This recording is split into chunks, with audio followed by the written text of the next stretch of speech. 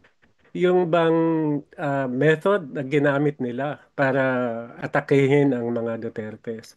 And ito'y concern ko dahil nadi-destroy ang ating mga institutions tungkol dito. Katulad ng paggamit ng ano, of course, yung confidential fund, I don't have anything with that, confidential. But ang problema ko is yung paggamit ng mga results, yung mga data na nandoon sa COA for na audit no, na hindi pa tapos. So isang ano kasi ito sa ating prinsipyo ng public fiscal administration o public finance ay hiwalay ho dapat ang audit. Dapat po on independent at hindi pwedeng gamitin ito dahil yun ang nakakatakot.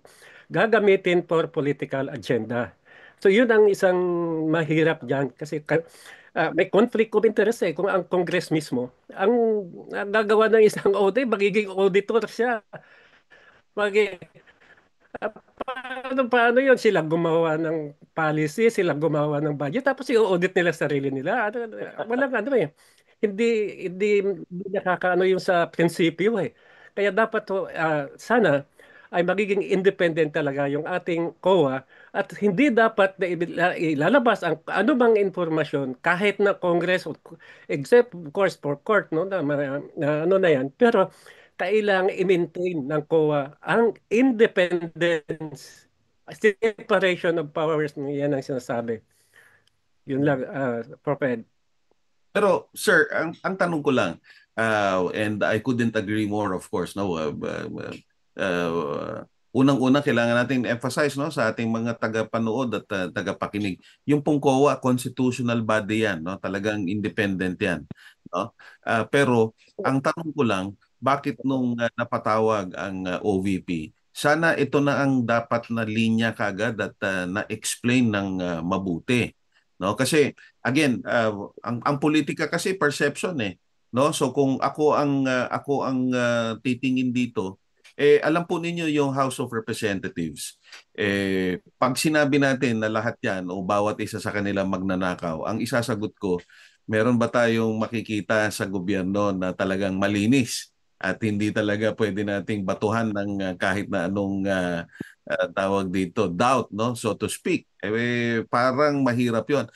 Kasi pagka yun ang naging batayan natin, paano pa tayo titingin ng mga public institutions or political institutions? So for me, yung House of Representatives, titignan mo bilang isang institusyon na talagang representante ng tao. Kumbaga, kahit ikaw ay presidente o vice-presidente, pagpasok mo dyan, kahit pa paano meron ka man lang modicum of respect. Hindi yung parang siga ka kagad pagdating mo no? At hindi ko kinokorek yung dating ng ating pangalawang pangulo. Ang akin lang, no, kung ano lang mas maganda sana, kung ako ang mag-a-advise sa kanya sana, it would have been best kung pagpasok niya parang alam mo yon, talagang she's playing by the rules at na-explain ko na mabuti itong ina-explain mo, Sir Tony, at saka ko ngayon pinakita na wala naman talagang batayan yung mga paratang nila. Bakit kaya hindi nila na-explain yung perspective na yan, Sir Ton? Prof. Ed, susugan ko yung sinabi ni Atty. Siguro yun ang isa sa mga strategy nila. Banatan nyo kami ng banatan. Kumagat naman ang Congress. Di ba? I mean, na-weaponize yung ano na-politicize yung audit Yun ang aking concern. Kasi ginamit to political gain. Yun ang concern ko. And in the process, nasisira yung ating institutions. Yung lalo na po ang COA. Yun nga, siguro hindi tayo talagang ganon ka-divisive itong issue, Pards, ano. Uulitin ko lang yung ang point ko kasi, it would have been best, and this I also advise to those who have the ear of the Vice President. Ang akin lang, would have been best kung nasettle muna itong mga issue sa kanya, saka siya bumanat. Kasi parang ang lumalabas ngayon, sabihin na natin na plinano ito mabuti ni Speaker Martin o ng grupo ng Pangulo, no? Imposible naman na hindi nila napansin that they are playing into the trap if there is also a plan. At kaya nga tinanong ko din sa iyo, Pards, no, kung ito bang plano na ito plano lang ng administrasyon at wala ding plano ang mga Duterte. Kung ako ang tatanungin, alam niyo sa Meron. politika, posibleng walang plano ang bawat grupo No, ang tanong lang dito, paano iha-handle ng bawat grupo yung pagsalpukan ng mga planong 'yon. So kaya ang akin uh, ang tanong ko pa din, sana na-settle muna yung siguro hindi muna sagutin yung mga issue kasi sabi nga ni Sir Tony, hindi dapat wine-weaponize yan. So may sariling proseso yung COA. Ganun yung ina-explain ni Sir Tony, no? So hindi dapat sa Kongreso. Or if at all kailangan talagang malaman ng Kongreso yan, they could have requested for an executive session. Okay? At yun, tinanong ko Yeah. din yun. No? Tinanong ko din yun sa House. So bakit hindi ni-request ng OVP na mag-executive session? Kasi pwedeng i-request yan Yes. Pwedeng i-request yan ng both sides. No? Not only by the members of the House of Representatives, even the group that is supposedly being asked to explain. And this happened in several budget hearings and investigations already. Hindi ni-request yun. So, sana na-explain ng mabuti ito sa tao para alam na, talagang namang umaabuso pala itong Quadcom. Pero, yun ang tanong ko, bakit hindi na-explain ito na mali itong ganitong proseso, no? At basta ang ano lang ang lumalabas sa palitan sa balita, mali yung ginagawang proseso. Pero mabuti ngayon na-educate tayo ni Sir Tony, no? Dapat pala ganun ang naging proseso, but neither side made the move to emphasize that COA should be following the rules that it is to follow as an independent body. But Prof. Ed, alam natin na ang pinag-uusapan na yung confidential funds, pwede naman nilang invoke yan yung executive session kasi nga you're dealing with something na very confidential na it might jeopardize national security. Exactly. So bakit hindi? Yeah, you're very correct. Bakit hindi in-invoke yan ng OVP? They are playing with the crowd. Exactly. Kaya sinabi ko kanina, pagdating ng side ng Duterte, sila ang may matinding plano ng endgame. They're playing with the crowd. Kita mo, nagsimula na kahit paano yung mga dumating sa EDSA. And then yung rally nung Andres Bonifacio Day, nagkaroon ng matinding kaguluhan. Awang-awa ako doon sa pulis na binugbog. Pero yan, sinimulan nila yan. Inapi-api nyo kami. Ayan ang nangyayari ngayon. So, alam mo, sige, Sir. May dadagdag lang ako. Kasi kung natatandaan ninyo, paano ba nag-trigger itong problema? I mean, itong pagpunta sa mga EDSA, etc. Exactly. Anong nag-trigger nito? Una yung sinasabi mo, Sir Ed, Pero Ed, tama yung sabi mo. Bakit hindi to in-invoke ng OBP? Pero yun nga yung huli, yun ang in-invoke actually ni Yosek Lopez, hindi ba? Yun ang sabi niya na gumawa sila ng sulat para sa COA na kasi ongoing pa yung kanilang audit. Bakit ninyo inilalabas yung mga information na yun? Kung kaya, pero dahil sa sulat na yun, dahil sa sulat yun the content siya.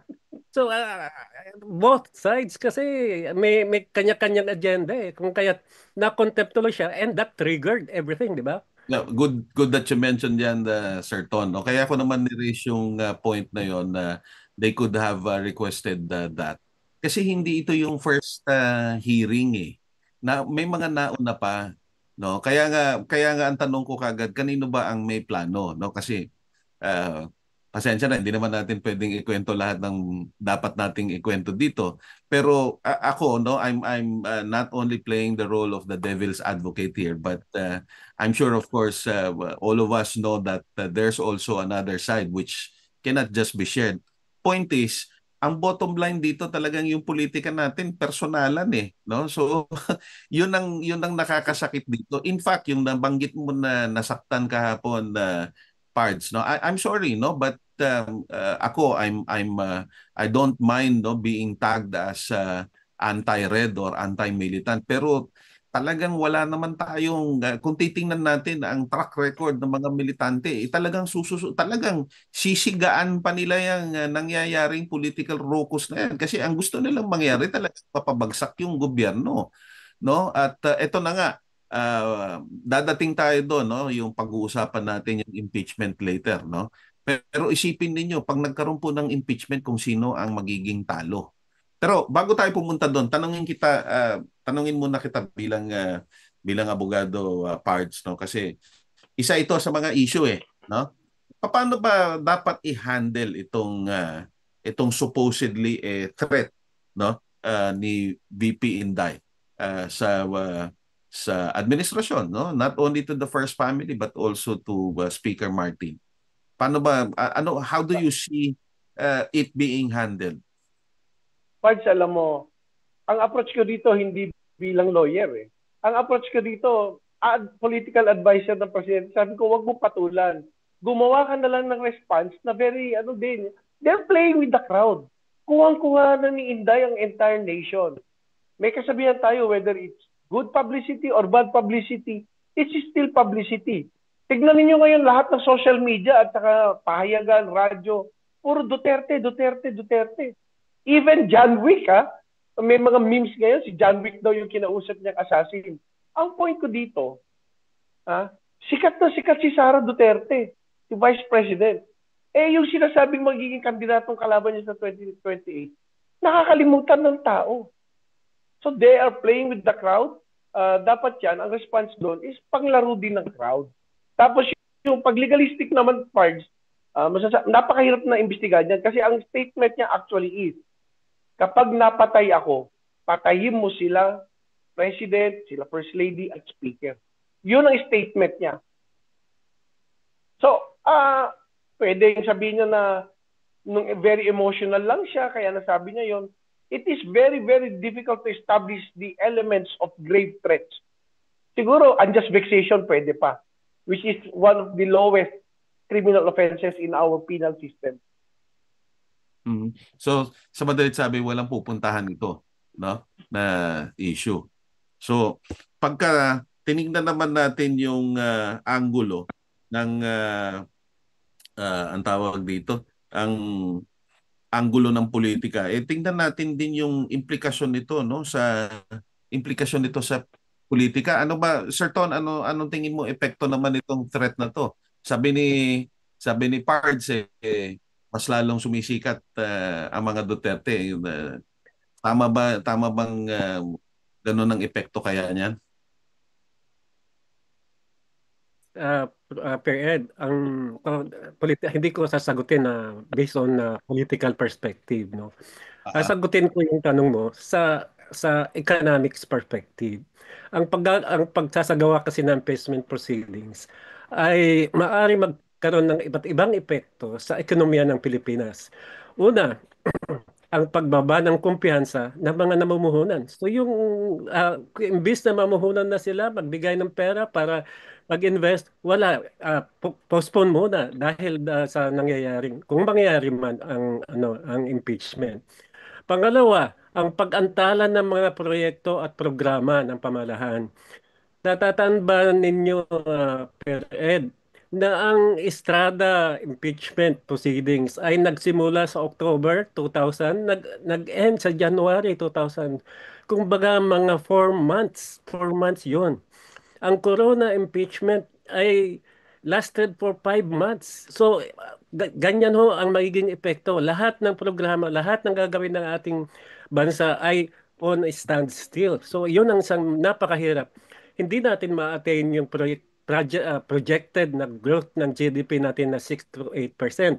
Pangatlo, ang pagbabago ng patakaran ng polisiya. Okay, so assuming na merong nagbago ng administration, ito ay napakalaking bagay din para sa mga investors.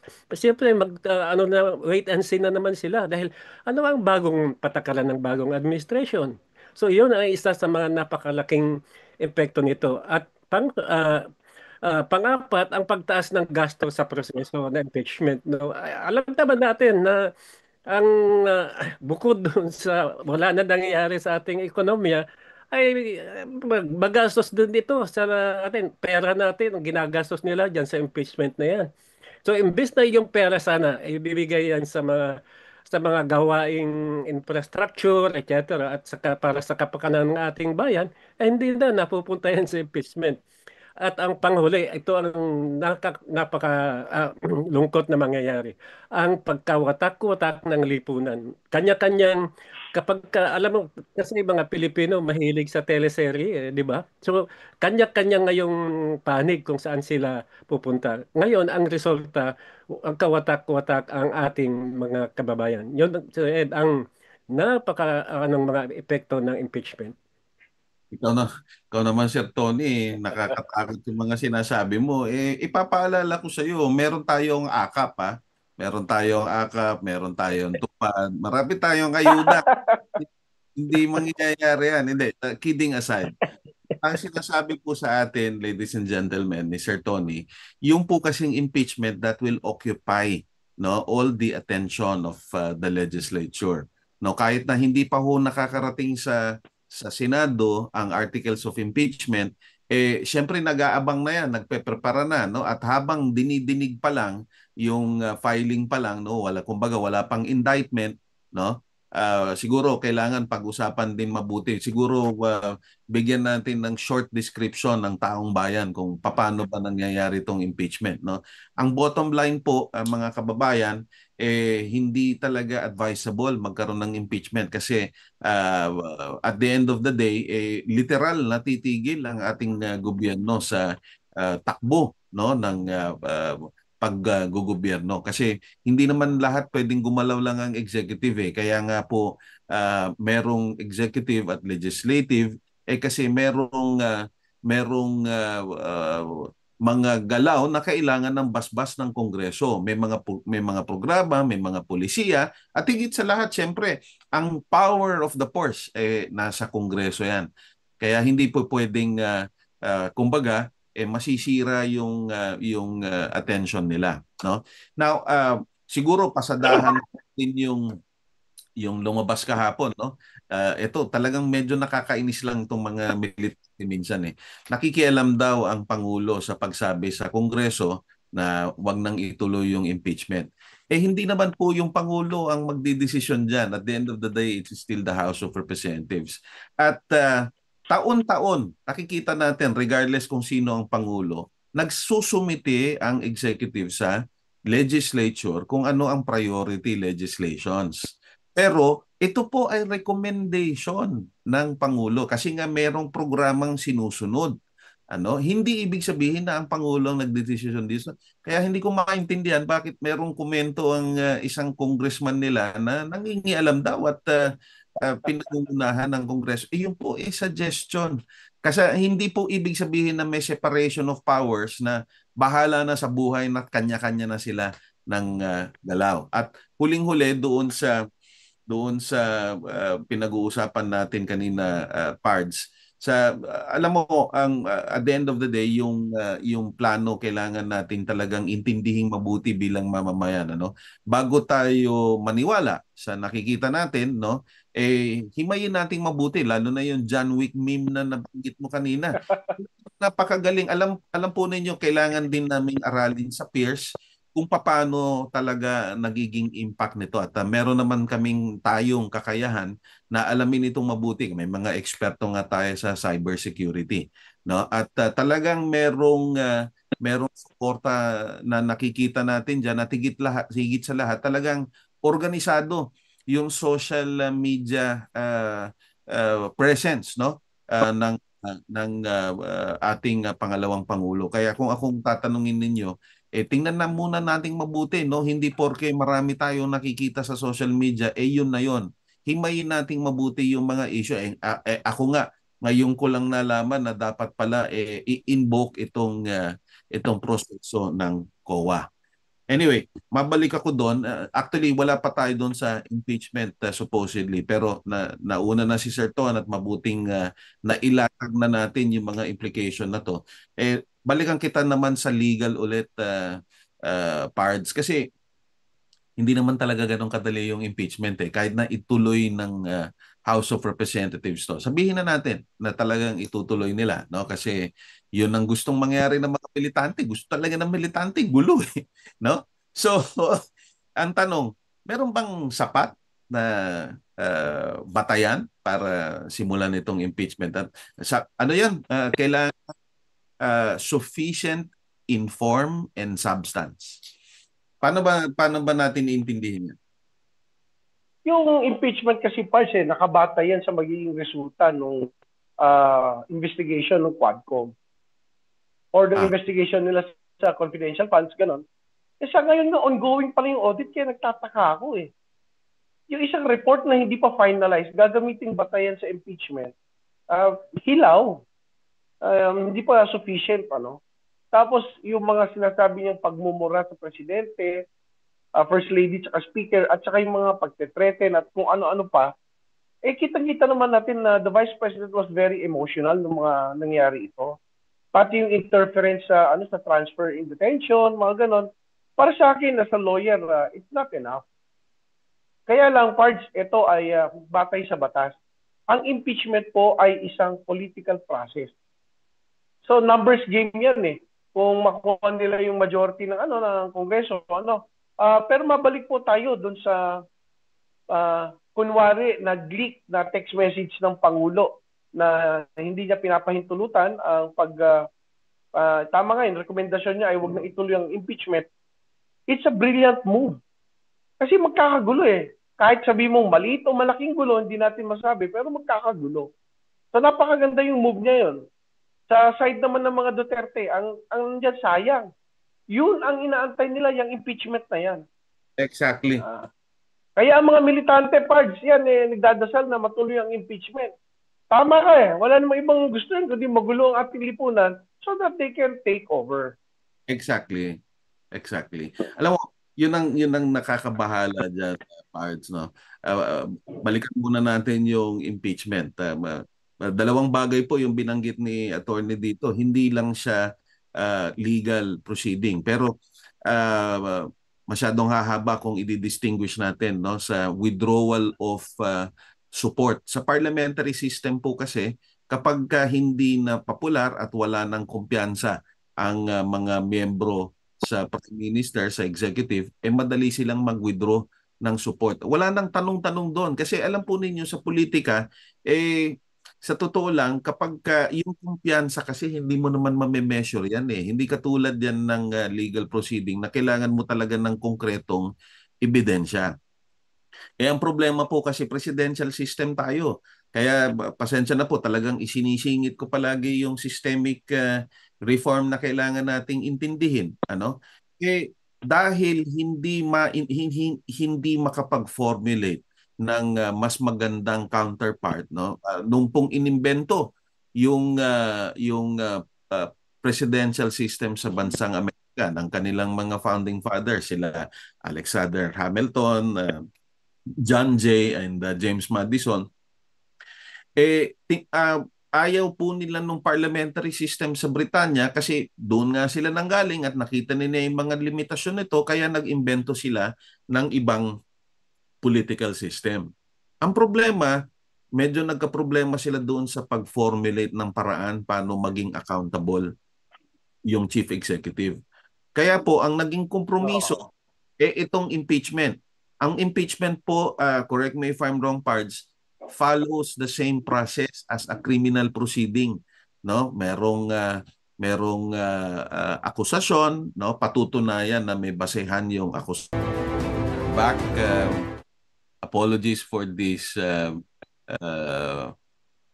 what's this interference. I should say interference, or should we say technical difficulties on our part, no? But anyway, here we are.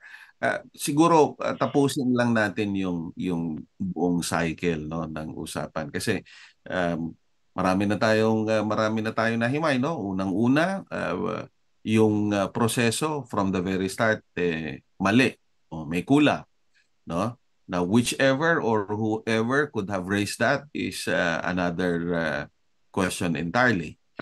Malawa, yung mga supposedly legal issues na kino-consider ng both sides, ang lumalabas kung hindi kulang hilaw, no? At mahirap ituloy ito. Pangatlo, kapag ka naman ito ay tinuloy, kasi at the end of the day, political naman ito, yung implikasyon talagang medyo mabigat, no? In fact, ilang beses ako natanong magkakaroon pa ba ng EDSA, Prof? Sabi ko, kayo lang ang makakasagot niyan. Ang mga Pilipino lang ang makakasagot. Pero kung akong tatanungin, ang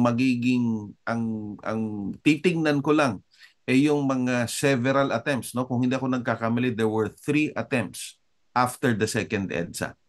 And none of the 3 attempts, for obvious reasons, no, succeeded. So, kailangan nating isip. In fact, makikita din natin yan doon sa voting behavior ng mga Pilipino. Mula 1995, parang nakikita nila, ang dami ninyong pangako na mababago, pero wala namang bagong nangyari. No? Nabago lang yung mga tao, pero wala talagang bago. Kaya, sa totoo lang, sa tingin ko, yun din yung rason kung bakit nahalal ang Pangulong Bongbong Marcos. Laging sinasabi, nakalimutan na yung EDSA. Wala hong makakalimot ng EDSA kasi isa yan sa mga itinuturo sa mga subject, hindi lamang sa kolehiyo kung hindi sa high school. At pang-apat, yung pong binabanggit nga ni Sir Tony, at ito'y talagang nakakatakot. Kapag ka ito ay tinuloy, lalong mas lalong babagsak ang kumpiyansa sa atin, hindi lamang ng mga mangangalakal, hindi lamang ng mga negosyante, kung hindi kahit tayo mismo po apektado sa magiging standstill, no, ng takbo ng gobyerno. So siguro hindi ko na alam kung ano mismo ang tatanungin natin, pero ano kaya ang pwede nating maging advice sa mga tao para mas maging sabihin nating mas maging responsable sa pag-responde dito sa issue na ito. Kasi baka mamaya dumating doon sa punto na wag naman sana, sabi nila hindi pa tayo nagkakaroon ng civil war hard set ton no? Parang matanda na ako mag-participate diyan sa sa civil war na yan. Nagtatanong pa nga ako sa iyo ng tungkol sa computer, mas marunong ka pa nga sa akin. So paano pa natin aaralin itong langya kung talagang mga. So paano ba tayo mag-respond dito bilang mamamayan? At the end of the day, nasa atin naman yung poder. Supposedly, nasa atin naman yung power. So how best would you advise? Siguro Sir Ton muna. Thank you, Per Ed. Unang-una ang pananaw ko, hindi talaga matutuloy. Dahil po lack of time. It will take time bago pagka inabot ho yan ng campaign period. Definitely, hindi na nila itutuloy yan. No? Kasi for lack of time. Pangalawa, ang gusto ko sanang iusap sa ating mga kababayan, tuloy, para hindi na, gamitin natin yung baluta para sa pagbabago ng ating gobyerno, no? Kung gusto natin ng pagbabago, gamitin natin yung election, gamitin natin yung tamang proseso para sana ay magkaroon. Una po, kailangan siguro kumbinsin natin yung ating mga representatives, no? Representative sila natin eh. Binuto natin sila. Ang ibig kong sabihin, kung ano man yung gusto natin, dapat yun ang sundin nila. Kaya yun sana, kung pwede sana pakinggan, ay para ganoon ay puntahan natin ang ating mga representative kasi dito naman magsisimula ang lahat eh.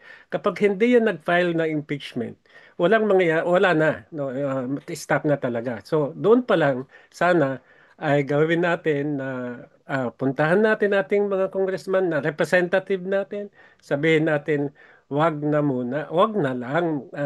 Siguro sa ibang araw kung gusto ninyo, pero sa ngayon kawawa tayo at kawawa ang ating bayan. Hindi itutuloy yung impeachment, sir. Yung EDSA, paano? Matutuloy ba yan? Ano bang tingin mo dyan? Alam mo, para sa akin, kung itutuloy nila yung impeachment, lalong-lalong mag-aalab ng galit ang mga supporters ng Duterte. So lalong lalong magkakaroon ng mas maraming tao na pupunta yan dyan sa EDSA. Kasi alam naman natin ng mga Pilipino mahilig, alam nila na sila underdog sila sa mga underdog. Kung binabanatan sila, lalong dadami at lalo talagang ng apoy ng ng ng gagawin nila sa EDSA.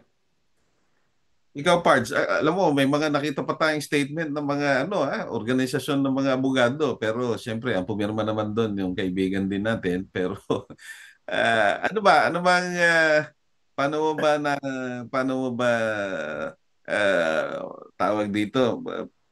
Hindi ko alam kung paano anong tamang term dito. Pero ano bang tingin mo dito sa posisyon na to? At bilang abogado lalong na paano ba lalatagan ng mga abogado ito dapat kayo ba isasali? Susuportahan niyo ba o paano ba? Ano bang magandang advice natin sa taong bayan?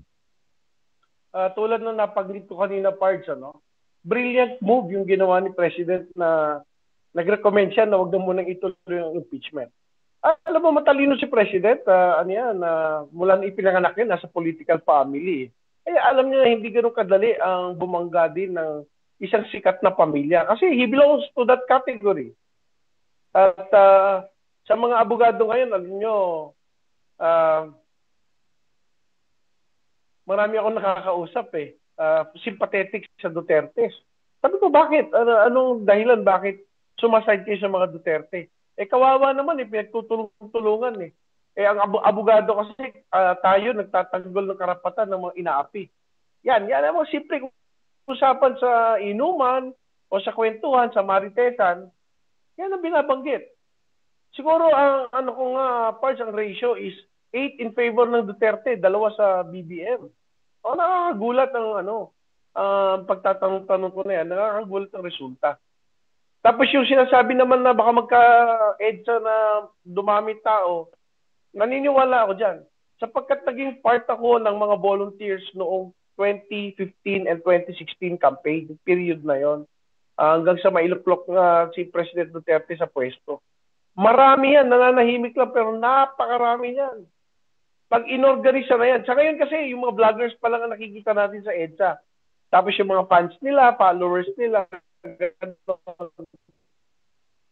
Pero pag yan, inorganisa na.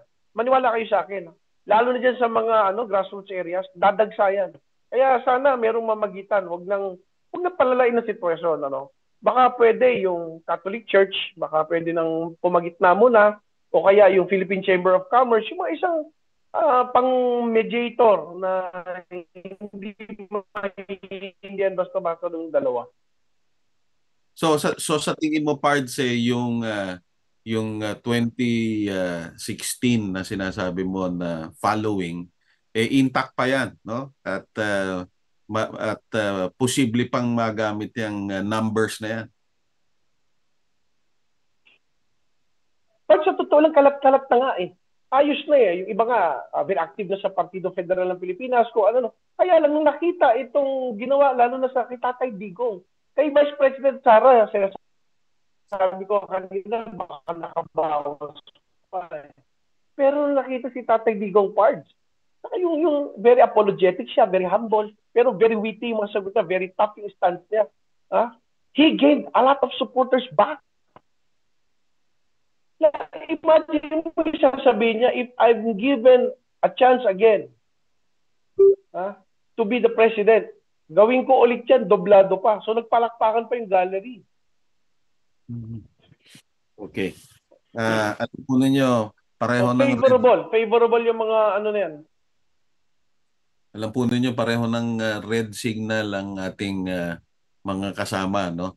Baka ako, red t-shirt lang ako baka maging red signal na din, So, siguro ganito na lang. We still have our page, we still have our messenger. I'm sure, of course, that everyone